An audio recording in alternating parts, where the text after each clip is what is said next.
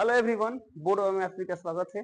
हम स्मित गुप्ता और हमारे प्यारे प्यारे विद्यार्थी का जैसा कि हर एक मंथ आप लोग का ऑफलाइन क्लासेस में एग्जाम होता है, तो इस अक्टूबर मंथ का भी एग्जाम हो चुका है। यदि आप टेस्ट दिए हैं तो अभी पेपर डिस्कस हो रहा है। आप एक एक क्वेश्चन मिला लेके अब कितना सही है कितना गलत है। यदि आप टेस्ट में उपस्थित नहीं थे तो अभी पेपर देखिए, पेपर आगे ट्राई कर लीजिए। ट्राई करने के बाद मिलाइए आपको कितना सही है कितना गलत है।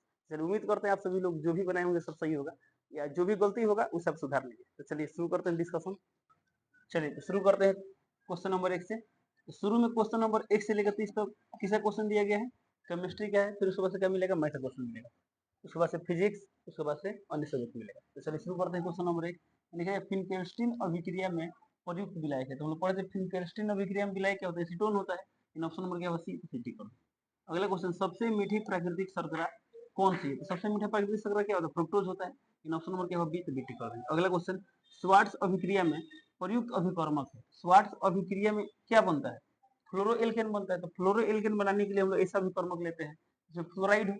तो NaCl तो होगा नहीं, SbCl3 होगा नहीं। यदि यहाँ पर F रहता ना, F तो हो जाता। AgF और यहाँ जिंक, तो जिंक नहीं होगा। इन ऑप्शन नंबर क्या होगा? सी, तो सी टिक। हम लोग पढ़े भी थे, AgF का भी हम लोग क्या कर सकते हैं? उपयोग कर सकते हैं। अगला क्वेश्चन, स्वार्ट्स अभिक्रिया का उपयोग किसके लिए किया जाता है? किसके लिए किया जाता है? फ्लोरोएल्केन बनाने के लिए किया जाता है। ऑप्शन ए दिया एल्कोहल बनाने के लिए, गलत। बी दिया फ्लोरोएल्केन बनाने के लिए, ऑप्शन नंबर क्या है? बी, तो बी टिक कर दें। अगला क्वेश्चन, ग्लूकोज में कायरल कार्बन की संख्या होती है। अब कायरल कार्बन काउंट करना है तो इसके लिए ग्लूकोज का क्या करना होगा? स्ट्रक्चर बनाना होगा। तो स्ट्रक्चर बना के काउंट कर सकते हैं, या नहीं तो हालांकि आपको याद ही होगा कितना होता है? 4। तो ऑप्शन नंबर क्या टिक करें? सी, 4 होता है। काउंट करना है तो कर सकते हैं। कैसे? तो ग्लूकोज, तो इसमें ग्लूकोज कौन सा ग्लूकोज? डी ग्लूकोज की एल ग्लूकोज, कुछ नहीं बोला गया, खाली ग्लूकोज बोला गया। तो कोई भी ग्लूकोज का स्ट्रक्चर बनाएंगे और काउंट कर लेंगे। तो चलिए मान लीजिए हमें ग्लूकोज का स्ट्रक्चर बनाते हैं, तो या फिर जैसे कुछ पढ़े थे तो CH2OH, और यहाँ क्या होता है? CHO होता है। यहाँ पर OH OH H OH, OH का अपोजिट क्या होता है? H होता है। H का अपोजिट क्या होता है? OH होता है। H और H, ठीक है। अब इसमें कायरल कार्बन क्या है? तो कायरल कार्बन के लिए कितने शर्त होते हैं? 2 शर्त होता है। शर्त नंबर 1, जो कार्बन का संकरण होना चाहिए क्या होना चाहिए? sp3 होना चाहिए। और शर्त नंबर 2, जो कार्बन से अटैच चारों समूह होने चाहिए ना, सब अलग होने चाहिए। मान लीजिए A है तो ये, B है तो ये, C है तो ये, चारों क्या होने चाहिए? अलग होने चाहिए। अब यहाँ शुरू करें इस कार्बन से। इस कार्बन का संकरण तो ठीक है, sp3 है, यानी पहला शर्त फुलफिल हो रहा है। और सेकंड शर्त क्या होता है? इससे जुड़ा चारों समूह अलग होने चाहिए। बट यहाँ देखिए H2 है, तो दोनों H सेम है, ये कायरल कार्बन नहीं। यहाँ बात करें तो ये कार्बोनिल समूह होता है इसमें, यानी CH को ऐसा लिख सकते हैं COH, एल्डिहाइड को। अब ये क्या होता है? sp2 होता है। sp2 है तो पहले के कंडीशन में फेल हो गया, तो ये कायरल नहीं हो सकता है। ये वाला कायरल कार्बन है, ये भी कायरल कार्बन है, ये भी कायरल कार्बन, ये भी कायरल कार्बन। क्योंकि इस कार्बन पर देखे तो ऊपर का समूह कुछ और है, नीचे वाला कुछ और है, इधर कुछ और है, इधर कुछ और है। तो चारों के चारों समूह क्या है? अलग अलग है, यानी ये सब के सब क्या है? Chiral carbon. तो ग्लूकोज में कितने कायरल कार्बन दिख रहे हैं? 4। इन ऑप्शन नंबर क्या होगा? सी, सिटी कर देंगे। अगला क्वेश्चन देखते हैं।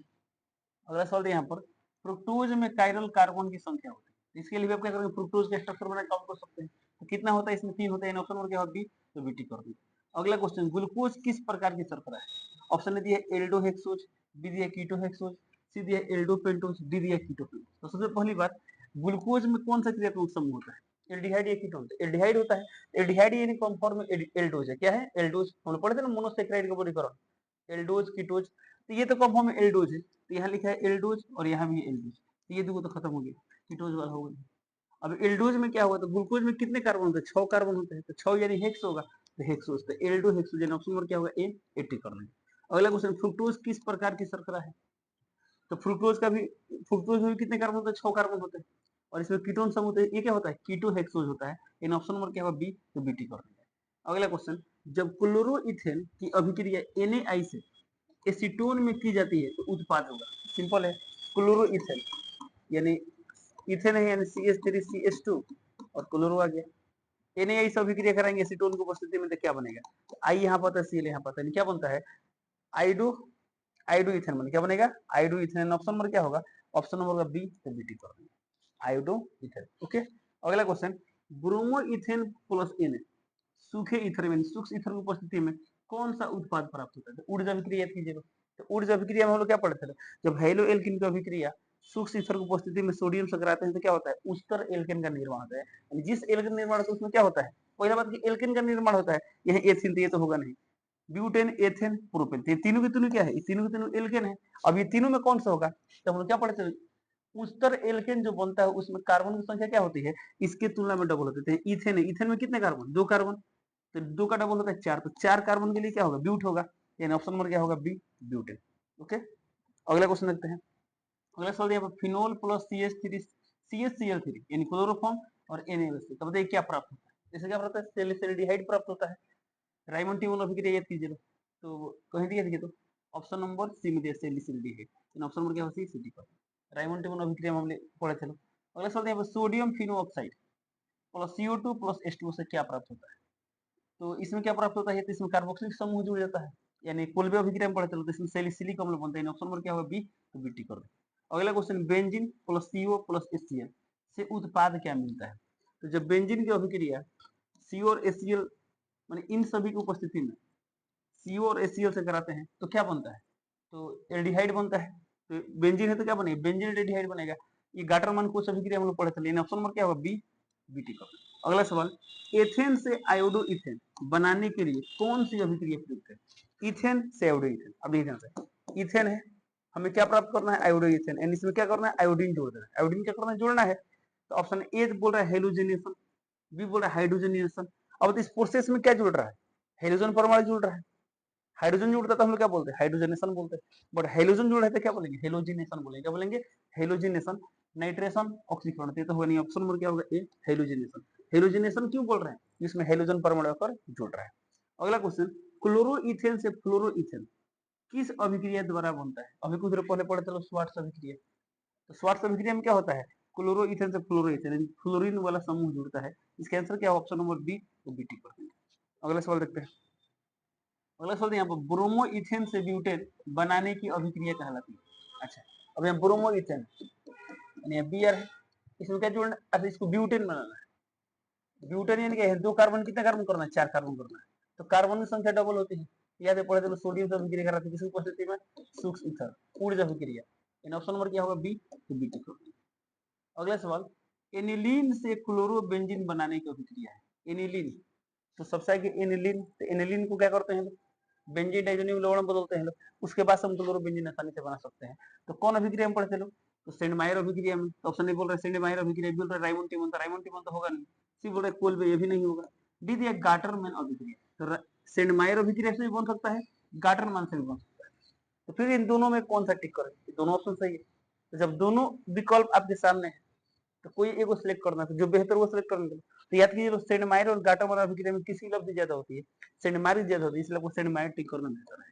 ठीक है, अगला क्वेश्चन, फिनोल से सैलिसिलिक अम्ल प्राप्त करने की विधि।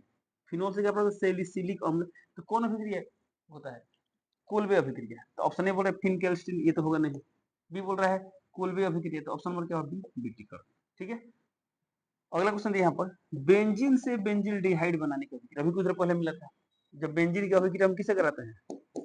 अभी देखिए कुछ देर पहले मिला था, CO और HCl। यहाँ देखिए CO और HCl से कराते हैं तो क्या बनता है? बेंजिल डिहाइड मिलता है। तो जब बेंजीन की अभिक्रिया CO HCl से कराते हैं, बेंजिल डिहाइड बनता है। कौन सा अभिक्रिया कहलाता है? गाटरमैन कुछ अभिक्रिया। तो ऑप्शन नंबर क्या होगा? बी, तो बी टिक करो। अगला क्वेश्चन, एथिन से फॉर्मेल्डिहाइड, एथिन से फॉर्मेल्डिहाइड बनने की प्रक्रिया। ऑप्शन ए बोल रहा है ऑक्सीकरण, बी बोल रहा है अपचयन। ये नहीं बोला कि कैसे बनता है, हालांकि कैसे बनता है ये भी पढ़े थे, बहुत सारे तरीका है। तो लोग याद कीजिए, पढ़े थे ओजोनिक अपघटन कैसे होता है। यहाँ पर CH2 double bond CH2 O3 किसकी उपस्थिति में? CCl4 की उपस्थिति में कराते हैं रिएक्शन, तो क्या बनता है? ओजोनाइड बनता है। क्या बनता है? ओजोनाइड। क्या होता है? यहाँ पर बीच में ब्रेक हो जाता है, CH2 CH2, यहाँ O, यहाँ O, यहाँ O और यहाँ O और यहाँ। ठीक है, इस बात क्या करते हैं लोग? इसके अपग्रेड जिंक और H2 से कराते हैं तो क्या बनता है? ये वाला इधर निकलता है, ये वाला इधर निकलता है, यानी क्या बनते हैं यहाँ पर? CH, और ये दोनों उत्पाद सेम होगा तो दूर ले सकते हैं। ठीक है, यानी क्या बना? फॉर्मल्डिहाइड। क्या बन गया? फॉर्मल्डिहाइड। अब सोचिए, एथिन से हमने क्या बनाया? फॉर्मल्डिहाइड बनाया। तो ये प्रक्रिया क्या हो सकती है? ऑप्शन ए बोल रहा है ऑक्सीकरण, बी बोल रहा है अपचयन, सी बोल रहा है प्रतिस्थापन, डी बोल रहा है जैव अभिक्रिया। ठीक है, चेक करता है। अब थोड़ा सोचिए, यहाँ क्या है? देखिए, तो कार्बन कार्बन, यहाँ पर हाइड्रोजन है, बट इस प्रक्रिया में क्या हो रहा है? ऑक्सीजन आ रहा है। तो ऑक्सीजन आते हम क्या बोल सकते हैं? इसे ऑक्सीकरण बोल सकते हैं, बट ये आंशिक ऑक्सीकरण होता है। यानी ऑप्शन नंबर क्या होगा? ए, 80 कर देंगे। क्या बोलेंगे इसे? ऑक्सीकरण। क्या बोलेंगे? ऑक्सीकरण। ठीक है, इन चारों ऑप्शन में सबसे बेहतर ऑप्शन कौन सा है? ऑक्सीकरण है। अगला क्वेश्चन देखते हैं। अगला सवाल यहाँ पर, SN2 अभिक्रिया में क्या विशेषता है? ऑप्शन ए बोला गया है एक चरणीय अभिक्रिया है, बी बोला है दो चरणीय अभिक्रिया। ध्यान देंगे तो SN2 अभिक्रिया क्या होता है, एक ही चरण में होता है। कितने चरण में होता है, एक चरण में। यानी ऑप्शन नंबर क्या होगा ए टिक कर देंगे। ये नहीं कि दो है तो दो टिक कर देंगे। ये दो का मतलब क्या हुआ, इस दो का मतलब पढ़े तो नहीं, इसका मोलेक्युलरिटी यानी आणविकता या कोटि कितना होता है, दो होता है। ठीक है, ये एक चरण में अभिक्रिया होता है। अगला क्वेश्चन दिया गया यहाँ पर, फिनोल से बेंजीन प्राप्त करने के लिए क्या किया जाता है। हमें यहाँ पर क्या प्राप्त करना है, फिनोल। फिनोल से बेंजीन, ये फिनोल है। अब इसे बेंजीन प्राप्त करना है तो पढ़े चलो ना, जिंक चूर्ण के साथ गर्म करते हैं तो क्या बनता है, बेंजीन बनता है और प्लस जिंक ऑक्साइड बनता है। ठीक है, तो बोला इस प्रक्रिया को हम लोग क्या बोलेंगे, इस प्रक्रिया को हम लोग क्या बोलेंगे। ऑप्शन ए बोलेगा ऑक्सीकरण। क्या ये ऑक्सीकरण है, देखिए नहीं है, इसमें ऑक्सीजन परमाणु तो बट यहाँ पर गायब हो गया। तो जब किसी पदार्थ से ऑक्सीजन परमाणु निकल जाता है तो हम क्या बोलते हैं, अवकरण बोलते हैं। तो ऑक्सीकरण नहीं होगा। बी बोल रहा है अपचयन। जी, अवकरण या अपचयन एक ही बात होता है। ये हो सकता है, बोल रहा है डी ऑक्सीजनन, यानी ऑक्सीजन निकल रहा है, तो यहाँ पर ऑक्सीजन निकल रहा है, डी ऑक्सीजन भी बोल सकते हैं। डी हेलोजिनेशन, तो हेलोजन तो नहीं निकलता, ये तो होगा नहीं। अब इन दोनों में बेहतर ऑप्शन कौन सा है, ऑप्शन नंबर बी अपचयन। तो अपचयन टिक। ओके, क्यों, क्योंकि यहाँ से ऑक्सीजन परमाणु निकल रहा है। अगला क्वेश्चन देखते हैं यहाँ पर, ब्रोमो एथेन से एथेन बनने की अभिक्रिया कहलाती है। ब्रोमो एथेन से एथेन, तो यानी यहाँ क्या देखिए बी आर है, ब्रोमो एथेन, इसे एथेन बनाना है सी से, इसमें से बी आर गायब करना है तो ऑप्शन, अच्छा बोला गया क्या कहलाती है, ऊर्ज। तो ऊर्ज अभिक्रिया तो होगा नहीं। हाइड्रोजनेशन, अब यहाँ पर बी आर हट रहा है, हाइड्रोजन आ रहा है, इसे हाइड्रोजनेशन बोल सकते हैं। बोले डी हाइड्रोजनेशन, डी हाइड्रोजनेशन क्या हुआ, यहाँ से हाइड्रोजन निकल रहा है, ये भी हो सकता है। फिर क्या होगा नहीं, यही दो ऑप्शन में कोई भी आप टिक कर सकते हैं। तो सबसे बेहतर ऑप्शन कौन सा होगा, डी हाइड्रोजनेशन। क्यों, तो यहाँ पर हाइड्रोजन परमाणु था बट यहाँ से हाइड्रोजन परमाणु क्या हो रहा है, गायब हो रहा है। हाइड्रोजनेशन बोल सकते हैं कैसे, तो सर यहाँ पर हाइड्रोजन परमाणु से यहाँ पर हाइड्रोजन आके अटैच हो रहा है, दोनों में कोई भी टिक कर आपको नंबर मिल जाएगा। ठीक है, अगला क्वेश्चन, SN1 और SN2 अभिक्रिया में मुख्य अंतर किसमें होता है।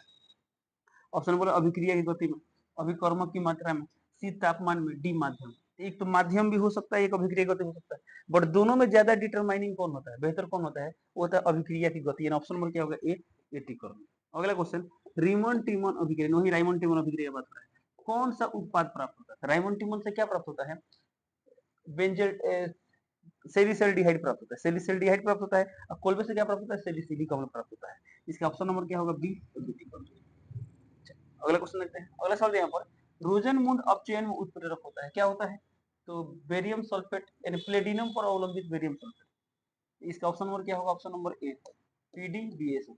अगला क्वेश्चन, सूक्ष्म कैल्शियम फॉर्मेट को गर्म करने पर प्राप्त होता है। चलिए से करते हैं, सूक्ष्म कैल्शियम फॉर्मेट,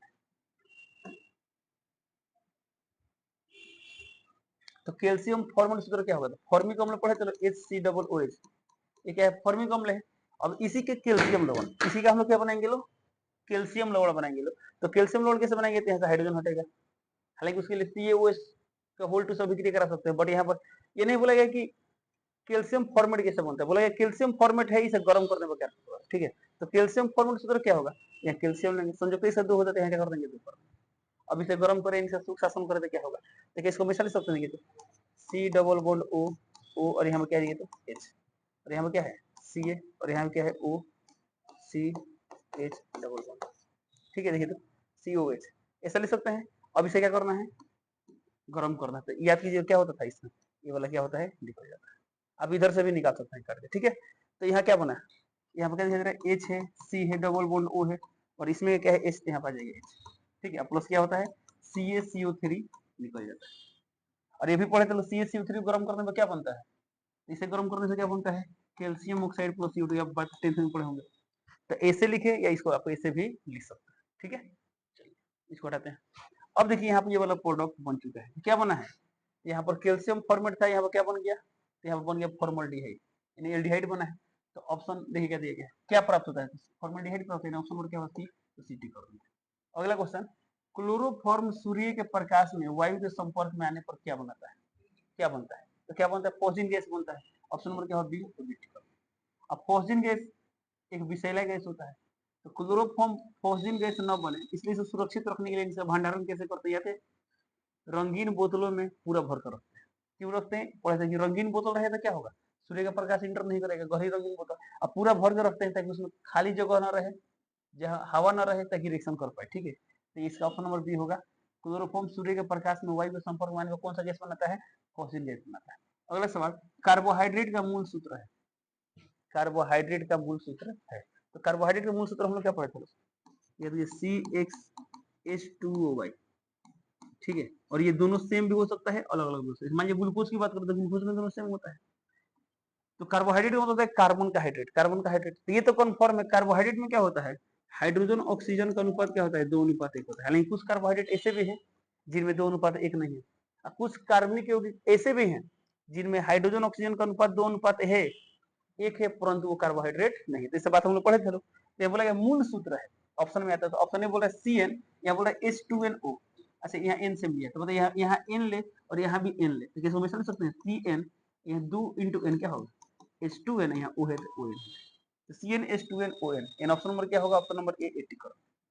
आप ऐसे भी सोचिए, बताइए इस मॉलिक्यूल में हाइड्रोजन ऑक्सीजन के परमाणुओं की माने परमाणुओं की संख्या का अनुपात क्या दिया था? हाइड्रोजन को परमाणु 2n है, और इसे कितना है? n। यहाँ n कॉमन होता है, n कितना है? 2:1।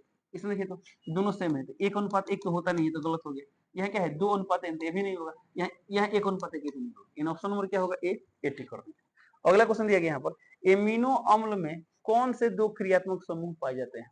एमिनो अम्ल में क्या पाया जाता है? एमिन समूह पाया जाता है, और अम्ल यानी कार्बोक्सिलिक अम्ल समूह पाया जाता है। तो यहाँ बोल रहा है एक कोहल, गलत। कार्बोक्सिलिक समूह एमिन समूह, ऑप्शन नंबर क्या होगा? बी, तो बी टी कर देंगे। ओके, चलिए, तो इस तरह क्या होता है? केमिस्ट्री क्वेश्चन कंप्लीट होता है। चलते हैं हम मैथ क्वेश्चन पे। तो क्वेश्चन नंबर 31 यहाँ दिया है, the principal value of cos inverse -1/2। ध्यान देंगे, सवाल का क्या पूछा गया है? cos inverse -1/2। अभी हम माइनस आके डिस्टर्ब कर रहा है, तो जब cos के अंदर माइनस था, इसका फॉर्मूला क्या था? पाई माइनस, अब ये माइनस निकले तो हम कर सकते हैं cos इनवर्स 1/2, ये कितना है? पाई माइनस cos कितने का मान 1/2 होता है? तो cos कितने का मान 1/2 होता है? cos 60 डिग्री का मान 1/2 होता है, तो 60 डिग्री में क्या होगा? पाई/3, तो पाई/3। या 3 आ गया, कितना है? तो 3 में से यानी 2π/3, 2π/3 ऑप्शन नंबर क्या होगा? ऑप्शन नंबर सी, तो सी पर। ओके, अगला क्वेश्चन देखते हैं लोग।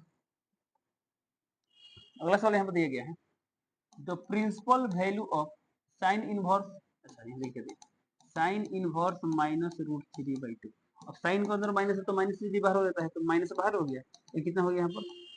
एक मिनट, साइन इनवर्स √3/2, तो माइनस साइन कितना में √3/2 होता है? 60 डिग्री, 60 यानी कितना होगा? पाई/3। ऑप्शन नंबर क्या होगा? ऑप्शन नंबर सी, तो 60 कर देंगे। अगला क्वेश्चन देखते हैं। अगला सवाल यहाँ पर दिया गया है, cos इनवर्स, इसको हमेशा से समझिए, cos इनवर्स 1 - x²/1 + x²। तो डायरेक्टली फार्मूला होता है, क्या होता है फार्मूला इसका? 2 tan इनवर्स x, यानी ऑप्शन नंबर क्या होगा? बी, तो बी टी कर देंगे। अगला सवाल, the value of sine inverse, अच्छा यहाँ पे sine inverse -1/2 plus cos inverse -1/2, ये अंदर वाला दोनों सेम है, तो पढ़ेंगे sine inverse x plus cos inverse x क्या होता है? पाई/2, पाई/2, बट इसमें कहीं पाई/2 दिया नहीं दिया, तो ऑप्शन नंबर डी हो जाएगा नॉन ऑफ दिस। क्या हो जाएगा? Non of this. ओके, चलिए, मैं जो बोला नहीं सर इसे सॉल्व करेंगे, सॉल्व करके भी देख लीजिए, हालांकि सॉल्व करने का सकता नहीं, क्योंकि दोनों दोनों क्या है? सेम है। मान लीजिए कोई सॉल्व करते क्या होगा? तो साइन के अंदर माइनस है, तो माइनस से बाहर होता है, तो माइनस साइन कितने का मान 1/2 होता है? 60 डिग्री, सॉरी 30 डिग्री होता है, तो 30 डिग्री बने पाई/6। cos के अंदर माइनस है, जैसे भी सकते हैं पाई माइनस cos कितने का मान 1/2 होता है? 60 डिग्री, 60 यानी पाई/3। जो सिंपलीफाई कीजिए, इसका एलसीएम कितना आएगा? 6 आएगा, तो हो जाएगा माइनस पाई प्लस 6 पाई, और ये कितना हो जाएगा? माइनस है तो -2 पाई, ये कितना है यहाँ पर? 6 में से 3 गया, 3π/6, यानी कितना है? पाई/2। तो सॉल्व भी करेंगे तो आंसर कितना आएगा? पाई/2, तो जो ऑप्शन में नहीं है, ऑप्शन नंबर क्या होगा? D, none of this. अगला क्वेश्चन देखते हैं, the value of cot inverse 10π/7। ध्यान रखिए, सवाल में दिया गया cot इनवर्स 10π/7। अब बताइए, बाहर है cot, अंदर है 10, कैंसिल तो होगा नहीं। अब इस 10 को किसी तरह cot मत लेंगे, तो क्या इसको मिसा ले सकते हैं? cot इनवर्स 10 का फॉर्मूला क्या होता है? तो tan थीटा को ले सकते हैं cot π/2 - थीटा, यानी cot 90 डिग्री माइनस थीटा। तो यहाँ 10 है तो क्या ले सकते हैं इसे? cot 90 डिग्री, यानी क्या होता है? π/2, और माइनस थीटा कितना है? π/7। ओके, अभी देखिए, यहाँ cot और cot खत्म हो जाएगा, क्योंकि ऐसे भी ये जो कोण आएगा क्या आएगा? फर्स्ट कोऑर्डिनेट का कोण आएगा, इसमें आपको ये देखने की जरूरत नहीं है प्रिंसिपल ब्रांच क्या है या नहीं है, ठीक है। तो cot cot खत्म, तो यहाँ कितना आ गया? π/2 माइनस π/7, इसका एलसीएम कितना आएगा? 14, तो 2 7 14, यानी 7 पाई या माइनस 2 पाई, कितना गया? 5 π/14। इन ऑप्शन नंबर क्या है? ऑप्शन नंबर बी, तो बी टी। ओके, अगला सवाल देखते हैं। देखिए, अगला सवाल दिया गया यहाँ पर, इफ x बराबर 1/√3, देन अब देखिए, अब हमें इसका मान निकालना है, cos cos inverse x plus 2 sin inverse x। ठीक है, इसमें x का मान दिया गया। अब देखिए इसे थोड़ा जल्दी बनाने के लिए हम क्या कर सकते हैं, थोड़ा इसमें अरेंजमेंट लगाते हैं। कैसे, तो हम पढ़े cos inverse x plus sin inverse x क्या होता है, पाई बाई 2 होता है। तो यहाँ cos इनवर्स x है, ठीक है। अब बट यहाँ 2 sin इनवर्स x है, इसको हमेशा लिख सकते हैं sin inverse x plus sin inverse. Sir इससे क्या फायदा होगा, तो इन दोनों को बदल हम क्या लिख सकते हैं, पाई बाई 2। तो यहाँ कितना हो गया cos, और यहाँ पर आ गया pi by 2 plus sin inverse x। अब देखिए cos ये अपने आप में क्या कोई ना कोई कोण होता है, तो cos pi by 2 plus theta क्या होता है, यानी cos 90 डिग्री प्लस थीटा क्या होता है, तो 90 प्लस समथिंग सेकेंड कोऑर्डिनेट में आएगा, और 90 पर cos है तो sin बन जाएगा sin, और सेकेंड में cos पॉजिटिव है नेगेटिव होता है, नेगेटिव होता है जिसमें माइनस साइन। अभी क्या है यहाँ पर देखिए, sin इनवर्स x तो sin इनवर्स x, अब यहाँ माइनस साइन साइन खत्म तो क्या आ गया x, तो हो जाएगा माइनस x। तो माइनस x का मान कितना दिया गया है 1/√3, तो यानी 1/√3, यानी ऑप्शन कौन सा होगा, ऑप्शन नंबर कह रहा है -1/√3। कोई ऑप्शन में दिया है, नहीं दिया है, यानी ऑप्शन नंबर डी हो जाएगा, नॉन ऑफ दिस, तो dt कर दो। ओके, चलिए अगला सवाल देखते हैं। अगला सवाल दिया गया यहाँ पर, अब प्रोबेबिलिटी का क्वेश्चन आ गया। इफ p ऑफ a बराबर 1/2, p ऑफ a का मान दिया गया 1/2, p ऑफ b का मान दिया गया है 0, तो बोला गया p of a by b, तो p of a by b इसका वैल्यू क्या होगा। ठीक है, इसका फॉर्मूला क्या होता है, इसका फॉर्मूला है p of a intersection b, conditional probability याद कीजिए। अब यहाँ पर क्या लिखेंगे, बटा में p ऑफ b। अब ये p ऑफ b का मान दिया है 0, तो नीचे 0 आ रहा है, तो जब नीचे 0 आया तो ये क्या होगा, फ्रैक्शन अनडिफाइन हो जाएगा, तो ऑप्शन नंबर क्या होगा डी, नॉट डिफाइन। ओके, अगला क्वेश्चन देखते हैं। If A and B are two events such that P of A by B बराबर P of B by A, इसमें P of A by B और P of B by A बराबर है, तो एक यहाँ पे इक्वेशन मिला P of A by B बराबर P of B by A। अब इस इक्वेशन सॉल्व करते हैं, तो इसका फॉर्मूला क्या होता है, ये फॉर्मूला होता है P of A intersection B, अब बटा में क्या होगा, तो यहाँ बटा में B है तो P of A। इसका फॉर्मूला क्या होगा, P of A भी होगा A इंटरसेक्शन B, अब B इंटरसेक्शन A लिखे या A इंटरसेक्शन B लिखे, बातें क्या है, बट यहाँ नीचे क्या है, तो यहाँ बटा में A है तो यहाँ पाएगा P of। अब ये दोनों सेम में कैंसिल हो जाएगा, तो यहाँ से क्या मिला P ऑफ B बराबर P ऑफ A, तो ये दिया है ऑप्शन नंबर डी में है, क्या करेंगे ऑप्शन नंबर डी टी को। ओके, चलो अगला सवाल देखते हैं। इफ P ऑफ A बराबर 3/8, P ऑफ B बराबर 1/2, P of A intersection B बराबर इतना, P of A union B निकालना है, तो बताइए P of A union B का फॉर्मूला क्या होता है, इसका फॉर्मूला होता है P of A plus P of B minus P of A intersection B, और इन सब का मान दिया गया, यहाँ पर रख देंगे। तो P ऑफ A का मान कितना है 3/8, P ऑफ B का मान कितना है 1/2, और minus P of intersection B का मान कितना है 1/4। इन सब का एलसीएम कितना आएगा 8 आएगा, यहाँ पर कितना आएगा 3 और प्लस 2 चौक 8 है, 4 और माइनस 4 2 8, तो 2 हो जाएगा। तो कितना गया 4 3 7 7 में 2 गया 5, 5/8। इन ऑप्शन नंबर क्या होगा, ऑप्शन नंबर डी डी। अगला सवाल, P of A dash plus P of A, simple है, ए का क्या है कॉम्प्लीमेंट है, इसका वैल्यू क्या होता है 1 होता है, तो ऑप्शन नंबर क्या होगा बी, बी टी कर दिया। अगला सवाल, if events A and B are mutually exclusive, अब एक्सक्लूसिव है तो एक्सक्लूसिव का मतलब क्या होता है, ए इंटरसेक्शन बी क्या आएगा फाई आएगा, क्या आएगा फाई। जब ए इंटरसेक्शन बी फाई, तो P of A intersection B क्या होगा 0 होगा, तो ऑप्शन देखते हैं क्या दिया, तो ऑप्शन ए बोल रहे P of A intersection B और P of A into B, ये कब होता है जब दोनों इवेंट इंडिपेंडेंट होते हैं तब, तो बट यहाँ पे एक्सक्लूसिव बोला इंडिपेंडेंट तो बोला नहीं, option number A cancel. B बोला पी ऑफ इंटरसेक्शन बी बराबर 0, ऑप्शन नंबर क्या होगा बी, तो बी टी करो। ओके, चलिए देखिए आपको क्या मिला, पी ऑफ इंटरसेक्शन बी बराबर 0। अगला सवाल देखते हैं, इफ पी ऑफ ए बराबर 3/8, पी ऑफ बी बराबर 1/2, P of A intersection B बराबर 1/4, P of A by B, अच्छा यहाँ हम निकालना P of A by B, तो निकालना शुरू करते हैं।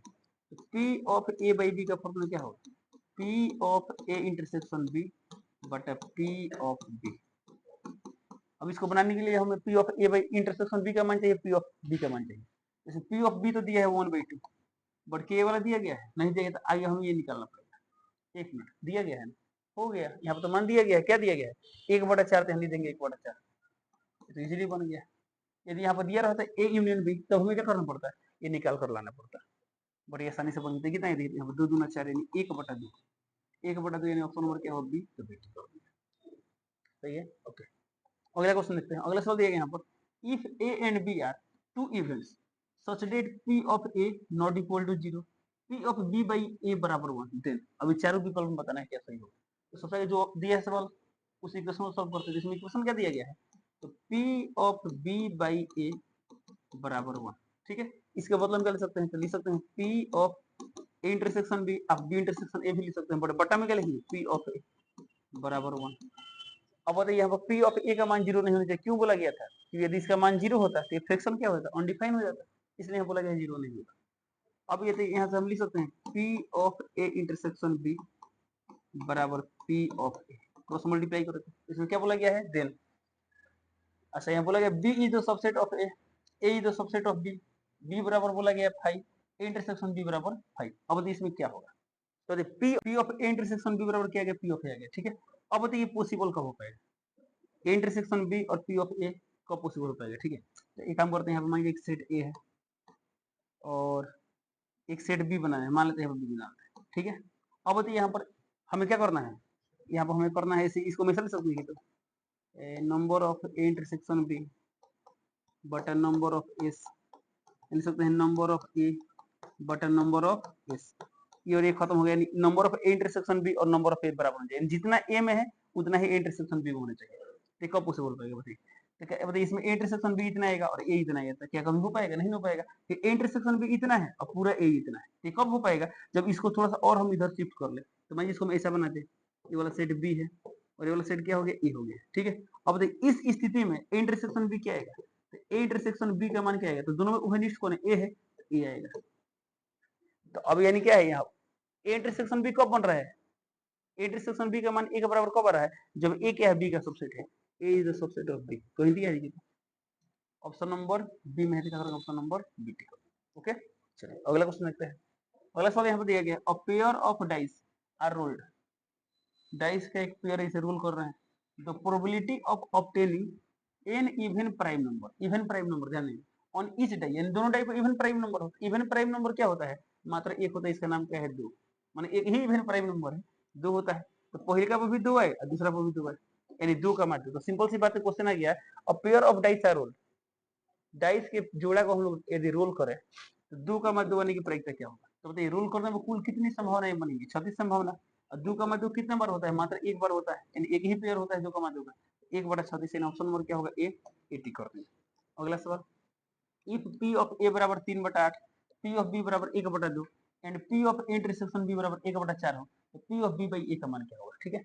हमें इसमें निकालना है P of B by A का मान, इसका फॉर्मूला क्या होगा, P of A intersection B बटा P of A, P of A intersection B को ही दिया है, तो दिया है 1/4, तो नहीं देंगे 1/4, पी ऑफ ए का मान 3/8, तो 3/8, कितना गया यहाँ पर 2, ये 2 ऊपर आएगा, कितना गया 2/3, तो 2/3 को ही दिया है, ऑप्शन नंबर डी में, क्या करूँ, ऑप्शन नंबर डी टिक करना। अगला क्वेश्चन, चलिए अब यहाँ किसका क्वेश्चन आ गया, फिजिक्स का क्वेश्चन आ गया, ठीक है। तो चलिए क्वेश्चन नंबर 46 से देखते हैं। सवाल यहाँ पर दिया गया, तांबे के ऐसे 2 तार जिनकी लंबाई और अर्धव्यास, अर्धव्यास माने क्या होता है, त्रिज्या होता है, का अनुपात क्रमशः इतना और इतना है, दोनों तारों पर समान बल आरोपित किया जाता है, दोनों तारों में उत्पन्न अनुदैर्ध्य विकृति का अनुपात क्या होगा। इस सवाल में क्या बोला गया है, तांबे की ऐसी 2 तार, तो तांबे का 2 तार है, एक तार यहाँ पर मान लेते हैं, एक तार यहाँ मान लेते हैं, इसे तार 1 मान लेते हैं, क्या मानते हैं, तार 2 मान लेते हैं, ठीक है। और दोनों तार क्या है, तांबा का है, बोला गया यहाँ पर उनकी लंबाई और अर्धव्यासों का अनुपात क्रमशः दे, ये लंबाइयों का अनुपात है और ये त्रिज्याओं का अनुपात है। इसकी लंबाई मान लेते हैं L1, इसका लंबाई मान लेते हैं L2, इसे त्रिज्या मान लेते हैं R1, इसे त्रिज्या मान लेते हैं R2। सवाल में क्या दिया गया है, दिया गया है L1 अनुपात L2, कितना दिया गया है, 4:1, फिर त्रिज्याओं का अनुपात यानी क्या दिया गया है, R1 अनुपात R2, ये दिया गया है 1:4। बस सवाल में इतना ही दिया गया है। तो बोला गया है कि एक और बात बोला, दोनों पर समान बल आरोपित किया जाता है, दोनों तारों पर समान बल, इसको हम बल F लगाए, इसको क्या लगा रहे हैं, F लगा रहे हैं। दोनों तारों में उत्पन्न अनुदैर्ध्य विकृति का अनुपात क्या होगा, तो हमें निकालना अनुदैर्ध्य विकृति का अनुपात। तो पढ़ते ना, विकृति 3 टाइप का होता है, अनुदैर्ध्य होता है, अपरूपण विकृति होता है और एक आयतन विकृति होता है, ठीक है। हमें निकालना अनुदैर्ध्य विकृति, जो निकालना ठीक है उसको फिरते हैं लोग, तो हमें निकालना इसमें विकृति और बटा इसमें विकृति, उसी को अनुपात बोलेंगे। यानी हमको सवाल में क्या निकालना है, इसमें निकालना है विकृति 1 बटा विकृति 2, यानी पहले का तार में विकृति बटा दूसरे तार में विकृति। अब बताइए विकृति का फॉर्मूला क्या होता है, तो विकृति का फॉर्मूला क्या होता है, देख लिया वो फॉर्मूला याद है तो अच्छी बात है, नहीं याद है तो निकाल कर लेंगे, कैसे, तो याद कीजिए, पढ़ते लोग गामा, गामा क्यों ले रहे हैं लोग, क्योंकि ये क्या है, अनुदैर्ध्य विकृति की बात किया गया है। तो प्रत्यक्षता गुणांक पढ़े थे लो ना, तो उसमें गामा क्या होता है, लंबाई से रिलेटेड होता है, तो गामा का फॉर्मूला क्या होगा, तो गामा यानी क्या है, विकृति है, सॉरी ये प्रत्यक्षता गुणांक है, इसका फॉर्मूला क्या होता है, प्रतिबल बटा विकृति, प्रतिबल बटा विकृति। तो गामा का फॉर्मूला क्या है, प्रतिबल बटा विकृति। तो हमें चाहिए विकृति का फॉर्मूला, तो विकृति यहाँ कर देते क्या हो जाएगा, प्रतिबल बटा गामा। क्या हो जाएगा, प्रतिबल बटा गामा। ये हो जाएगा प्रतिबल, प्रतिबल 1 बटा गामा। ठीक है, हो जाएगा प्रतिबल 2 बटा क्या हो जाएगा गामा। दोनों का गामा सेम क्यों ले रहे हैं, कि यहाँ पर तार क्या है सेम, तार क्या है कॉपर का है, तो गामा गामा खत्म। अब तो यहाँ पर क्या होगा, प्रतिबल 1 बटा प्रतिबल 2। यहाँ पर क्या रहा है, प्रतिबल 1 बटा प्रतिबल 2। तो बताइए प्रतिबल का फॉर्मूला क्या होता है, फोर्स बाई एरिया। ठीक है, हो जाएगा फोर्स बाई एरिया। तो A1 हो जाएगा फोर्स बाई एरिया A2। दोनों में F सेम क्यों लिया गया, देखिए यहाँ पर दोनों में F क्या दिया गया, सेम दिया गया। यहाँ से F और F कैंसिल, ये A2 पर आएगा, यहाँ पर गया A2 बाई A1। अब इसी को सॉल्व करना है, किसको सॉल्व करना है, A2 बाई A1 को सॉल्व करना है। ये थोड़ा सा इधर करते हैं। चलिए अब हमें सॉल्व किसको करना है, A2 बाई A1 को। तो अब बताइए A2 माने क्या हुआ, दूसरे तार के अनुप्रस्थ काटा क्षेत्रफल। इसे फॉर्मूला क्या होगा, पाई R2 स्क्वायर। ये क्या होगा, पाई R1 स्क्वायर। पाई से पाई खत्म, ये कितना गया R2 बाई R1 का whole square. R2 by R1 का मान कितना दिया गया, तो यहाँ पर देखिए R1 बाई R2 का मान दिया 1/4। तो R2 बाई R1 क्या हो जाएगा, 4/1 हो जाएगा। तो यहाँ पर आ जाएगा 4/1, 4/1 स्क्वायर कितना गया 16/1, यानी 16:1, 16:1। तो दिया 16:1। ऑप्शन नंबर बी पे क्या करेंगे, ऑप्शन नंबर बी टिक कर देंगे। अगला सवाल, प्रत्यास्थता सीमा के अंतर्गत प्रतिबल किसके समानुपाती होता है, तो प्रतिबल विकृति के समानुपाती होता है। तो ऑप्शन नंबर क्या होगा, ऑप्शन नंबर बी में बोल रहा है विकृति के अनुक्रमानुपाती। ऑप्शन नंबर क्या होगा, बी, बी टिक करो। अगला क्वेश्चन, झील की तली की गहराई से आधी गहराई पर स्थित किसी बिंदु पर दाब, झील की तली पर दाब का 2/3 है, झील की गहराई होगी। अच्छा बढ़िया सवाल। देखिए ध्यान से, इसमें एक झील का बात किया तो मानते हैं क्या है, झील है, क्या है झील। इतना झील में पानी है, यानी झील इतना गहरा है। तो बोला क्या है, झील का गहराई, पूरा पूरा क्या है, झील की गहराई। सवाल समझते हैं, करिए सवाल में बोला गया है झील की तली की गहराई से आधी गहराई पर। तो तली की गहराई यहाँ तक है, तो आधा गहराई कहाँ पर होगा, एकदम बीच में होगा। तो मान यहाँ पर है आधी गहराई, यानी यहाँ पर बोला गया आधी गहराई पर स्थित किसी बिंदु पर दाब। अब यहाँ पर कोई दाब है, इसको मान लेते हैं P1 मान लेते हैं P1। बोला गया दाब, किसी बिंदु पर दाब, झील की तली पर दाब का 2/3 है। अब झील की तली पर भी कुछ दाब होगा ना, तो यहाँ पर प्रेशर को मान लेते हैं P2। तो ये जो P1 का मान है, P2 का क्या है 2/3 है, यानी यहाँ पर बोला गया P1 का मान P2 का मान का कितना है 2/3 गुना, यानी यहाँ पर लिख सकते हैं P2 × 2/3। बोला गया तली के दाब का 2/3, तो तली का दाब P2 और का मान गुणा 2/3 2/3, और ये P1 क्या है, यहाँ का प्रेशर है। ठीक है, ये आपको लाइन दिया गया है, इसमें क्या पूछा गया है, झील की गहराई क्या हो गया, समझे, हमें झील की गहराई निकालना है। अब ये वाला गहराई निकलना है, तो अब तो यदि हम इसको मान ले, गहराई कितना मान ले x, तो ये क्या होगा x, तो पूरा क्या होगा 2x होगा, क्या होगा 2x। ये काम करते हैं, चलिए ठीक है, सही है, यहाँ तो क्लियर है। अब इसको सॉल्व करते हैं, जानेंगे। तो P1 का फॉर्मूला क्या होगा, P1 कहाँ पर है, यहाँ पर।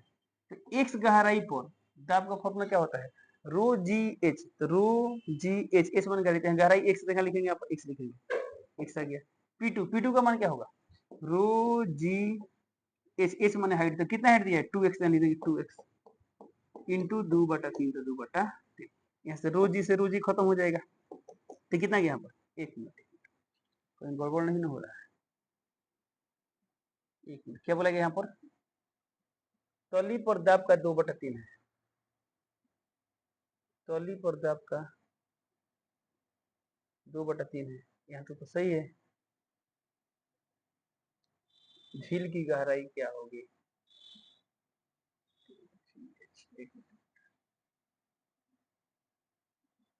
अच्छा 1 मिनट, एक और बात, ये क्या है, झील है तो झील खुला रहेगा ना, इसमें क्या होगा, हवा का भी तो प्रेशर रहेगा, pressure of air, pressure of air है, तो इस पॉइंट पर प्रेशर कितना होगा, इस द्रव के कारण तो प्रेशर होगा, साथ साथ एयर का भी प्रेशर रहेगा। तो थोड़ा सा इक्वेशन क्या है, इनकम्प्लीट है, यहाँ कंप्लीट करते हैं। तो बताइए इस पॉइंट पर प्रेशर कितना होगा, इस पॉइंट पर प्रेशर कितना होगा, यानी इसमें क्या बोला गया P1 का मान क्या होगा, P2 का कितना होगा, दो, इसमें क्या बोला गया, तो 2, ये तो सही था, P2 × 2/3। अब इस P1 का मान क्या होगा, P1 का मान, तो P1 का मान तो रो जी एक्स होगा, साथ साथ प्रेशर ऑफ एयर भी होगा। P2 का मान क्या होगा, रो जी, P2 माने यहाँ का प्रेशर, हाइट कितना है 2x, तो 2x तो होगा, और साथ साथ क्या होगा, प्रेशर ऑफ एयर भी होगा। अब इस पूरे का कितना गुना है, 2/3 तो 2/3। अब इसको सॉल्व करना पड़ेगा, ठीक है। चलिए सॉल्व करते हैं। तो कितना यहाँ पर हमें इसमें किसका मान निकालना है, तो बोला गया है झील की गहराई। अब झील की गहराई कब निकले, जब x का मान पता हो, यानी सीधी सी बात, इसमें किसका मान निकालना है, 2x का मान निकालना है क्या, ठीक है। तो x का मान निकालना पड़ेगा, इस इक्वेशन को सॉल्व करके हम क्या करते हैं, x का मान निकालते हैं। चलिए सॉल्व करते हैं। तो काम करते हैं, रो जी एक्स प्लस यहाँ पी है तो पी है, ये कितना हो जाएगा, इसको इसमें गुणा करते कितना हो जाएगा, 2 रो जी, और यहाँ 2 है तो 4 कर देंगे, तो यहाँ पर ये 2 आएगा, तो 2 दूना 4 रो जी एक्स, और बटा में 3 है तो 3, प्लस यहाँ कितना आएगा 2pa/3। हम एक्स वाले टर्म एक साथ करते हैं, प्रेशर वाले टर्म एक साथ करते हैं, यानी प्रेशर ऑफ एयर वाले टर्म एक साथ करते हैं।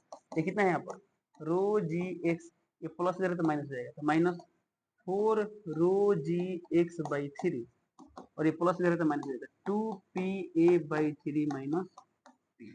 अब इसी इक्वेशन क्या करते हैं, सॉल्व करते हैं।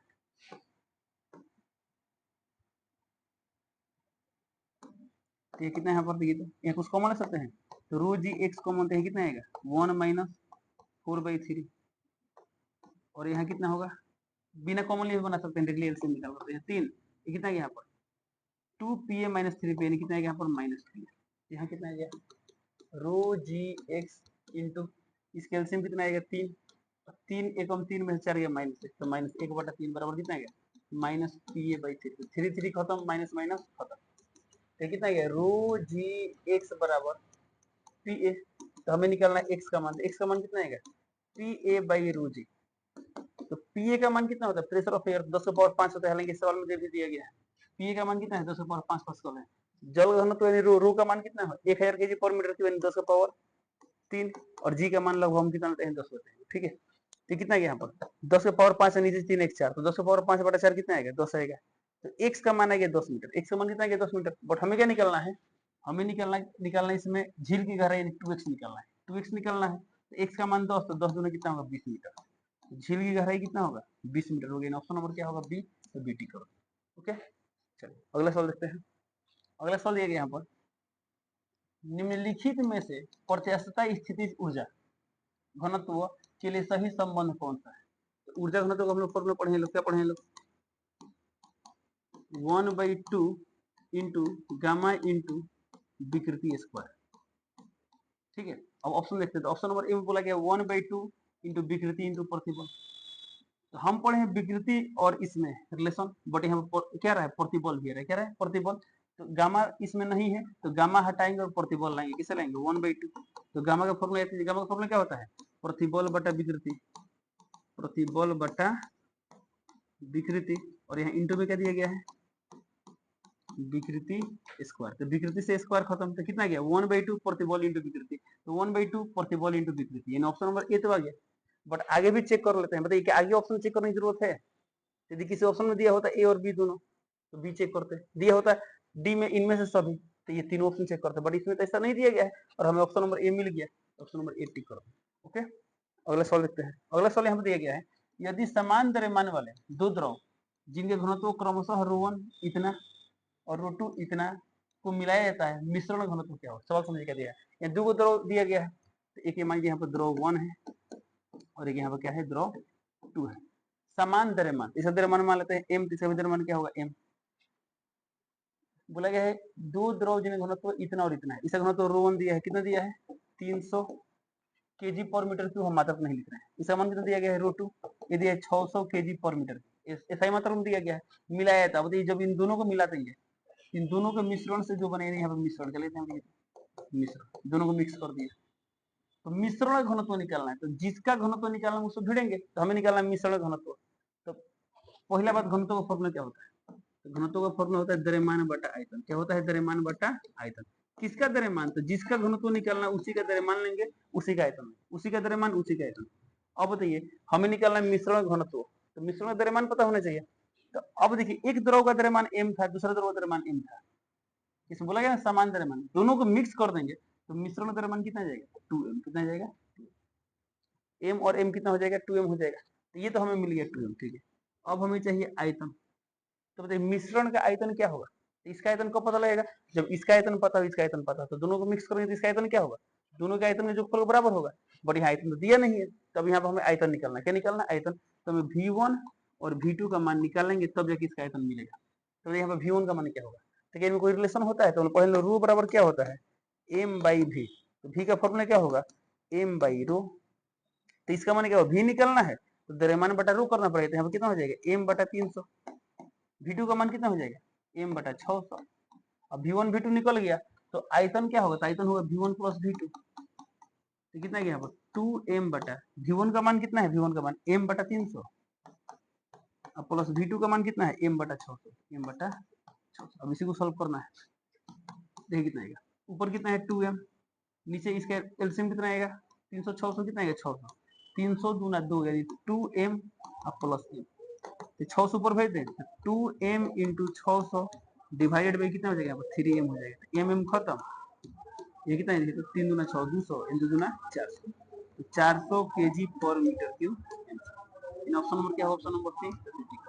ओके, अगला सवाल देखते हैं। अगला सवाल यहाँ पर दिया गया है, यदि समान आयतन वाले दो द्रव जिनका घनत्व इतना और इतना है मिलाया जाता है, मिश्रण घनत्व क्या है? उसी टाइप का क्वेश्चन है, बट पिछला क्वेश्चन में क्या था? समान द्रव्यमान था, बट यहाँ पर समान क्या दिया गया है?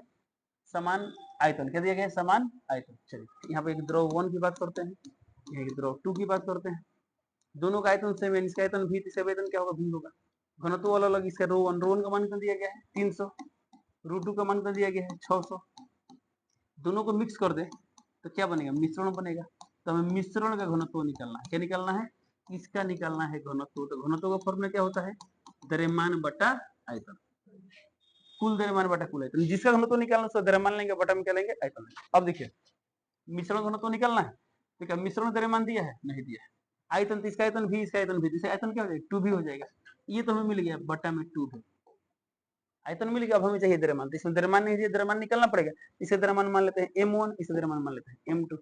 m1 कैसे निकाले? तो रो का फॉर्मूला क्या होता है? m by v। तो m का फॉर्मूला क्या? Rho into v। तो रो इंटू v, ये रो इंटू v कितना आएगा? 300 v। और यहाँ पर रो इंटू v कितना आएगा? 600 v।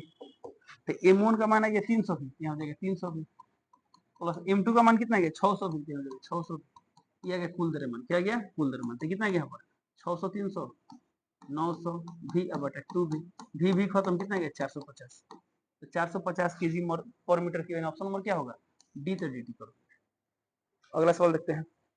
अगला सवाल दिया गया है, किसी तार की लंबाई 1 मीटर है, बॉल लगाने पर वो 1 मिलीमीटर बढ़ जाती है। यदि यंग मापांक यानी यंग प्रशस्तता गुणांक इतना हो तो प्रतिबल कितना होगा? ठीक है। तो सवाल में देखते क्या दिया गया? तार की लंबाई यानी एल का मान कितना दिया गया? एल का मान दिया गया 1 मीटर। बॉल लगाने से 1 mm बढ़ जाती है यानी डेल्टा एल। डेल्टा एल का मान कितना दिया गया है? 1 मिलीमीटर। हम चाहते हैं ये भी सही मात्रा में है, तो मिली माने क्या होता है? 10 पावर माइनस 10 मीटर हो जाएगा। ठीक है। तो बोला गया यदि यंग मापांक यानी गामा, गामा का मान कितना दिया गया है? 2 गुणे 10 के पावर 11 न्यूटन पर मीटर स्क्वायर। तो प्रतिबल कितना होगा? हमें निकालना है प्रतिबल। जो निकालने से भिड़ते हैं लोग, प्रतिबल का फॉर्मूला क्या होता है? प्रतिबल का फॉर्मूला क्या होता है? या तो हम पढ़े थे लोग, ये गामा बराबर क्या पढ़े लोग? प्रतिबल बटा विकृति। तो प्रतिबल को क्या ले सकते हैं? गामा इंटू विकृति। तो हो जाएगा गामा इंटू विकृति। तो गामा का मान तो दिया है, कितना दिया गया है? 2 गुणे 10 के पावर 11। सर विकृति नहीं दिया। तो विकृति का फॉर्मूला क्या होता है? लंबाई में परिवर्तन बटा प्रारंभिक लंबाई। तो लंबाई में परिवर्तन कितना हुआ है? 10 के पावर माइनस 3। और प्रारंभिक लंबाई कितना दिया गया है? 1। तो यहाँ लिख देंगे 1। इसको हल करके कितना है? 2 गुणे आधार से हम तो पावर के हिसाब कर लेंगे। 11 में से कितना आ गया? 8 3 11। तो 2 गुणे 10 के पावर 8 न्यूटन। कह दिया है 2 गुणे 10 के पावर 8 न्यूटन। ऑप्शन नंबर 8 क्या करेंगे? ऑप्शन नंबर 80 कर देंगे। अगला सवाल, रो1 व रो2 घनत्व वाले दो पदार्थ समान आयतन में मिलाए जाए तो मिश्रण का घनत्व 4 इकाई हो जाता है। जब इनको समान द्रव्यमान में मिलाया जाए तो मिश्रण घनत्व 3 इकाई हो जाता है। रो1 और रो2 का मान क्या होगा? अभी कुछ देर पहले जो 2 क्वेश्चन किए थे दोनों क्वेश्चन का मिक्स करके आ गया। ठीक है। चलिए, ये पहला बात क्या बोले? 2 द्रव दिया गया है, ये द्रव 1 और द्रव 2। इसका घनत्व दिया है रो1, इसका घनत्व दिया है रो2। तो जब हम द्रव्यमान को कांस्टेंट करते हैं, द्रव्यमान क्या रख रहे हैं? समान। तो पूरा द्रव्यमान को समान रखने पर मिश्रण का घनत्व कितना होता है? 4 इकाई। क्या होता है? 4 इकाई। हम यहाँ लिखते हैं मिश्रण, क्या बनाते हैं? मिश्रण। ठीक है। तो मिश्रण घनत्व कितना होता है? जब द्रव्यमान समान है तो मिश्रण घनत्व कितना है? 4 इकाई है। 4 इकाई। और फिर क्या बोला? आयतन समान। जब आयतन, इसमें बोला गया है जब इनको समान द्रव्यमान में मिलाया जाता है तो मिश्रण घनत्व तो 1 मिनट, समान आयतन में मिलाने पर क्या होता है 4 इकाई। समान आयतन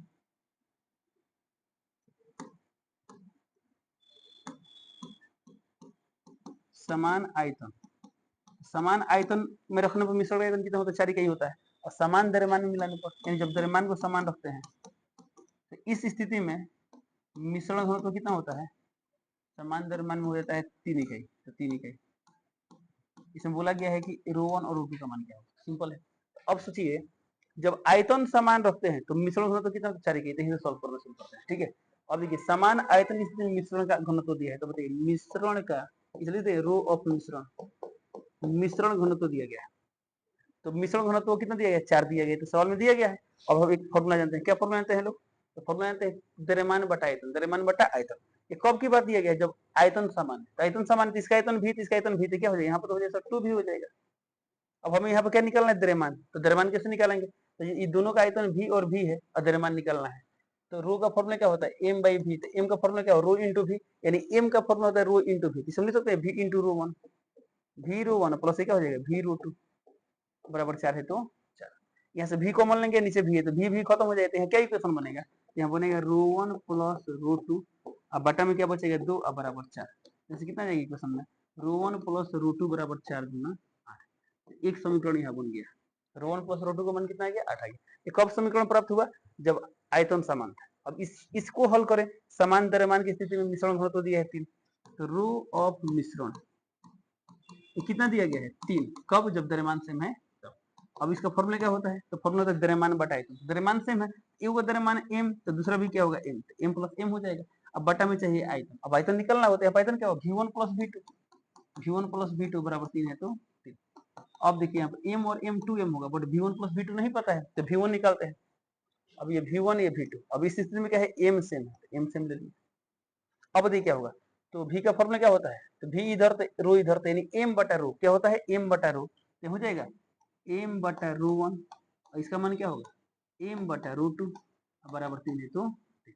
अब यहाँ से m कॉमन लेंगे तो m कट जाएगा, m कट जाए तो क्या बनेगा, यहाँ पर ऊपर बचेगा 2, अब बटा में कितना आएगा 1 बाई रो1 प्लस 1 बाई रो2, तो 1 बाई रो1 प्लस 1 बाई रो2 बराबर में कितना आएगा 3।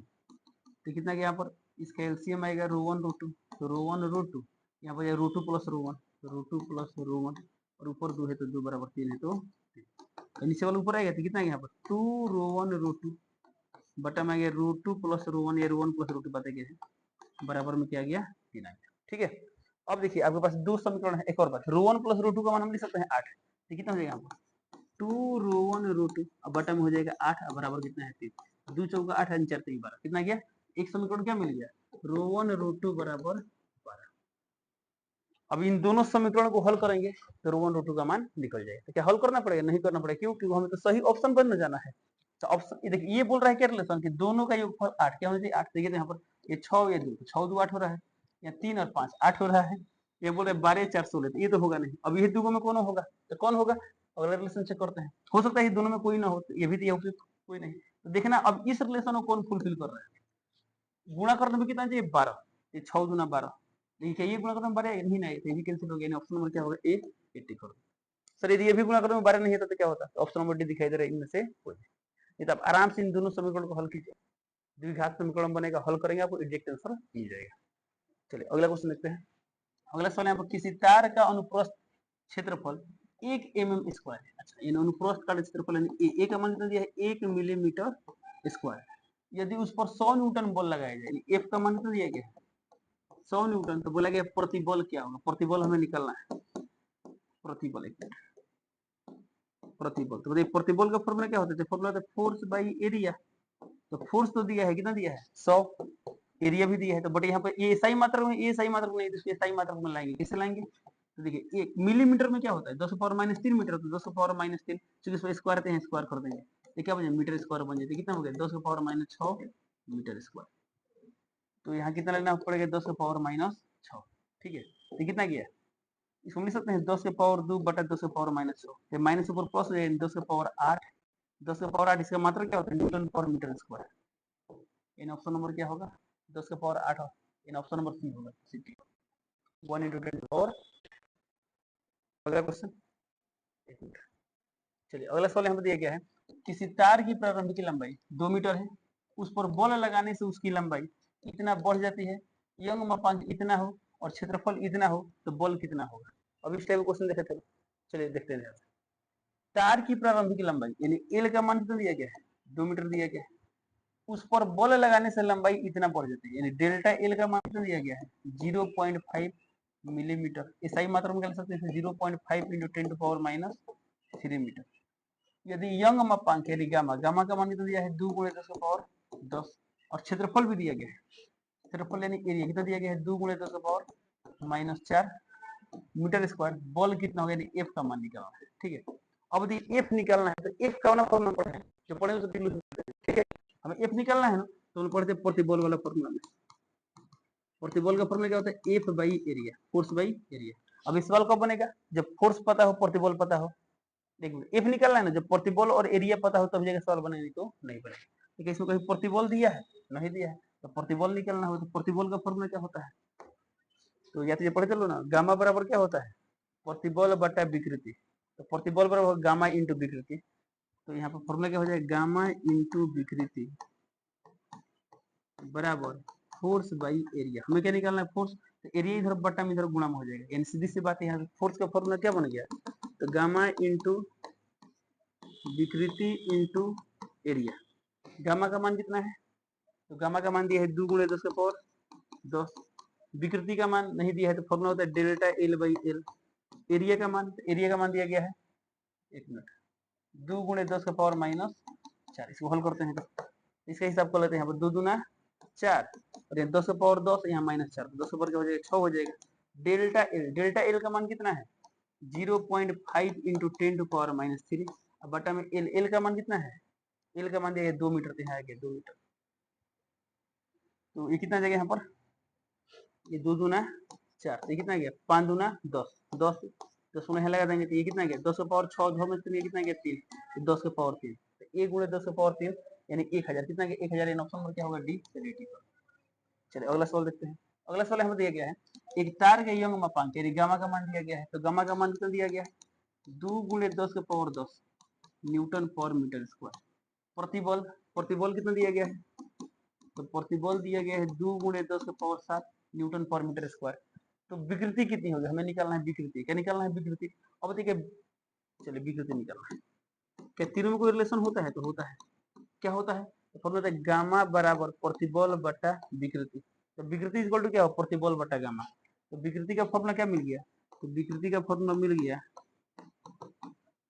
प्रतिबल बटा गामा तो कितना गया प्रतिबल का मान कितना है प्रतिबल का मान 2 × 10⁻7 और गामा का मान कितना है 2 × 10⁻10 तो 2 खत्म तो कितना हो जाए 10⁻−3 तो 10⁻−3 मीटर।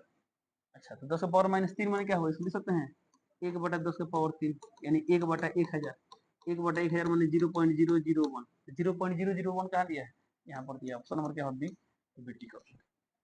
अगला क्वेश्चन देखते हैं किसी धातु का बल्क मापांक माने क्या बोल रहा है आयतन वाला बोल रहा है आयतनीय विकृति वाला बोल रहा है। ठीक है तो पढ़े चलो याद है लेमडा सिग्मा रो तो बल्क मापांक को हम लोग क्या लिखते हैं रो लिखते हैं क्या लिखते हैं रो तो इसमें रो का मान कितना दिया है 2 × 10⁻10 2 × 10⁻10 गामा पढ़े चलो सिग्मा पढ़े चलो क्या पढ़े रो पढ़े चलो तो बल्क मापांक को लिखते हैं तो रो का मान दिया 2 × 10⁻10 न्यूटन पर मीटर स्क्वायर। दाब में इतना की वृद्धि की जाए तो आयतनीय विकृति क्या होगा सब दाब में तो से क्या है प्रतिबल का बात कर रहा है तो प्रतिबल दिया गया है हमें विकृति निकालना तो विकृति का फॉर्मूला क्या होता है तो रू का फॉर्मूला क्या होता है प्रतिबल बटा विकृति तो विकृति इक्वल टू क्या प्रतिबल बटा रू तो लिख सकते हैं प्रतिबल बटा रू। प्रतिबल एक प्रकार का दाब होता है क्या होता है दाब तो प्रतिबल कितना दिया है 2 × 10⁻5 और रू कितना दिया है 2 × 10⁻10 2 खत्म कितना है 10⁻−5 इन ऑप्शन नंबर क्या होगा ए तो 80 कर दीजिए। अगला सवाल किसी नली में द्रव की गति 2 मीटर पर सेकेंड दूसरे छोर पर 1 मीटर पर सेकेंड है यदि द्रव असंपीड्य और पहले छोर पर क्षेत्रफल इतना हो दूसरे छोर का क्षेत्रफल क्या होगा। ठीक है सवाल क्या दिया गया हम ध्यान देंगे नली में द्रव की गति कितना है ये वो छोर पर इतना, इसको V1 मान ले, तो V1 का मान दिया है 2 मीटर पर सेकंड। दूसरे छोर पर इसे V2 लिख देंगे, V2 का मान क्या दिया है 1 मीटर पर सेकंड। ठीक है, यदि द्रव असंपीड्य है, पहले छोर का क्षेत्रफल यानी यहाँ पर क्षेत्रफल A1 का मान कितना दिया है 2 सेंटीमीटर स्क्वायर, तो दूसरे छोर का क्षेत्रफल क्या होगा यानी A2 का मान क्या होगा। तो पढ़ चलो ना अविरतता का सिद्धांत। तो क्या होता है द्रव के प्रवाह की दर हर एक स्थान पर क्या होता है सेम होता है, यानी सीधी सी बात है ए भी बराबर क्या होता है कांस्टेंट होता है, क्या होता है नियत होता है। तो हम लिख सकते हैं A1 V1 बराबर A2 V2। हमें क्या निकालना है सर A2 निकालना है, तो काम करते हैं ना, तो समझ सकते हैं कि तो यहाँ A2 रख लेते हैं, इस A को इधर लेते हैं A1, यहाँ क्या हो जाएगा V1 बाई V2। अब इससे क्या फायदा होगा कि दोनों का मात्रक सेम होना चाहिए। तो ये सेंटीमीटर स्क्वायर में दिया है तो ये भी किस में आएगा सेंटीमीटर स्क्वायर में आएगा। और देखिए ऑप्शन सब सेंटीमीटर स्क्वायर में देनी है, आपको मात्रक बदलने की जरूरत नहीं। इन दोनों का मात्रक सेम होना चाहिए। देखिए क्या सेम दिया है, सेम दिया है। सॉल्व कर लेंगे तो हमें निकालना है A2, तो बताइए यहाँ से क्या हो जाएगा V1, तो V1 का मान कितना दिया है 2 बटा V2 का मान कितना दिया है 1, A2 का मान निकालना है, A1 का मान देखिए तो A1 का मान कितना है, A1 का मान 2, तो दो में कितना गया 4, यानी यहाँ पे A2 का मान कितना गया 4 सेंटीमीटर स्क्वायर आंसर 4, यानी ऑप्शन नंबर क्या होगा ऑप्शन नंबर ए 84। ओके, अब इसे भी थोड़ा सा चाहिए, यह बोलेगा पहले छोर का क्षेत्रफल इतना है और पहले पर बेग कितना था 2। अब बताइए बेग कब घटता है जब क्षेत्रफल बढ़ता है।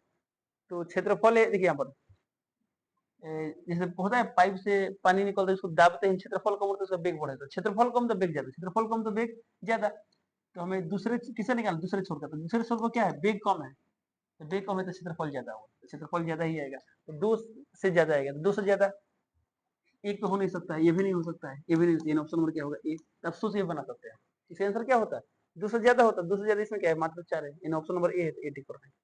चलिए अगला क्वेश्चन देखते हैं, यानी लास्ट क्वेश्चन। सवाल है बताइए टोरिसेली का प्रमेय किस सिद्धांत पर आधारित है, किस सिद्धांत पर आधारित है बर्नौली प्रमेय सिद्धांत पर आधारित है। ऑप्शन ए बोल रहा है स्टोक्स का नियम नहीं, पास्कल का नियम नहीं, सी बोले बर्नौली, जी ऑप्शन नंबर सी। ओके चलिए, तो इस तरह क्या होता है हमारे पेपर का डिस्कशन कंप्लीट होता है। चलिए मिलते हैं अगले क्लास में, तब तक के लिए जय हिंद। चलिए तो संदीप सर का क्वेश्चन तो खूब आप लोगों ने ध्यान से मिला लिया है, खूब बड़ी ध्यान से देखा लोग बाबू है। अब चलिए तो हमारा वाला भी खूब ध्यान से देख लीजिए, ठीक है। चलिए तो आपको तो खूब ढेर सारा वर्ड मीनिंग याद करवाया जा रहा है, प्रैक्टिस करवाया जा रहा है, आप लोगों ने पूरा का पूरा याद कर लिया है और एकदम सही टिक किया है यहाँ पर भी। चलिए एक एक मिलाते हैं आपने क्या टिक किया है देखते हैं। क्वेश्चन दिया है which of the following is used to ask क्या in English what, ओके। अगला है why is used to ask, why का प्रयोग बताइए क्यों, ऑप्शन नंबर बी हो जाएगा।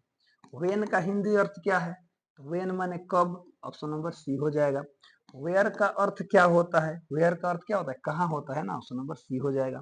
how का प्रयोग किसके लिए होता है, how are you आप कैसे हैं, how old are you तरीका या ढंग बताने के लिए होता है, ऑप्शन नंबर बी हो जाएगा। Who is used for, who का प्रयोग किसके लिए होता है, तो हु का प्रयोग किसी इंसान के लिए होता है ना, ऑप्शन नंबर सी हो जाएगा, पर्सन के लिए होता है, ठीक है।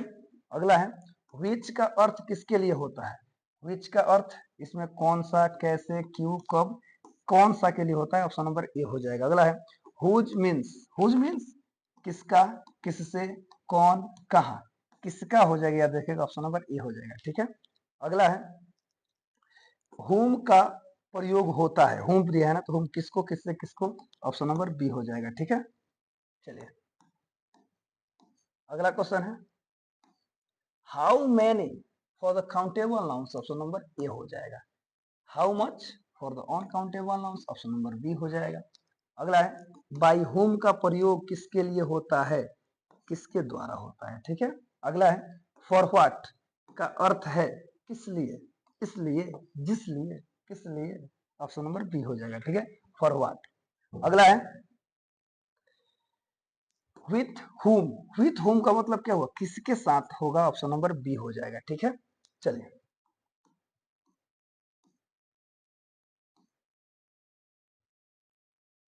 अगला है हाउ फार कितना दूर, ऑप्शन नंबर बी हो जाएगा।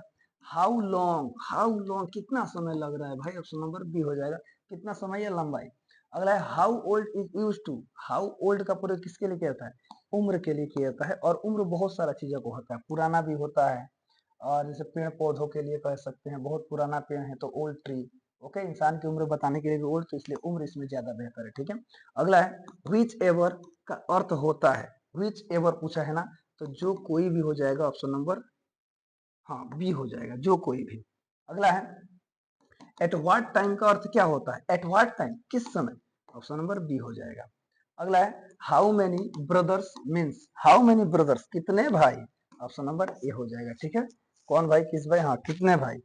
ये सभी for living and non living thing, यानी सजीव और निर्जीव के लिए सही इंग्लिश क्या होगा, ये सभी का दीज ऑल ज्यादा बेहतर है, ऑप्शन नंबर ए हो जाएगा। अब देखिए, अब ये तुम्हारी आवाज, तुम्हारी यानी किसी इंसान की बात हो रही है।